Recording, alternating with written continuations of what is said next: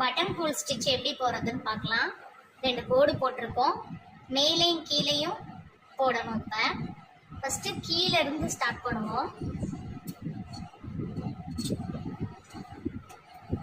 இப்படி ஒரு ஸ்டிச் எடுத்துட்டு மேலே ஒரு லாக் போட்டுட்டு அந்த த்ரெட் இப்படி இழுத்தோம்னா அது கீழே வந்து லாக் ஆயிடும்.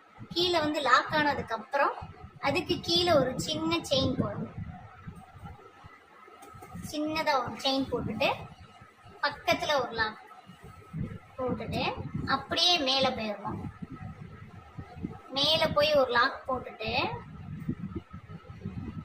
இப்படி கீழே இழுத்தோம்னா கீழே லாக் விழுகும். லாக் விழுந்ததுக்கு அப்புறம் இதுக்கு கீழேயே ஒரு குட்டி செயின்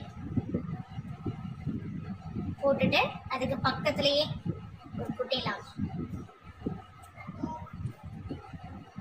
போட்டுட்டு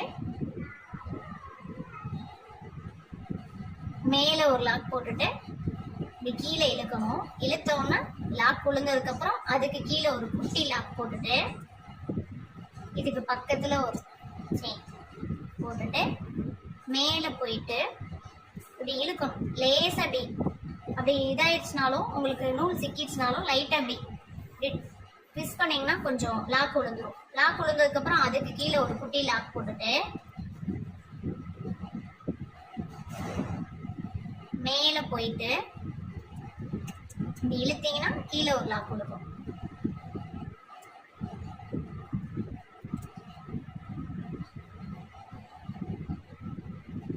பிகினர்ஸ்க்கு கொஞ்சம் கஷ்டமா தான் இருக்கும். இப்படி த்ரெட்டை வந்து நீடில்லையும் கீழேயும் இப்படி ட்விஸ்ட் பண்ணோம்னா கீழே லாக் விழுந்துடும்.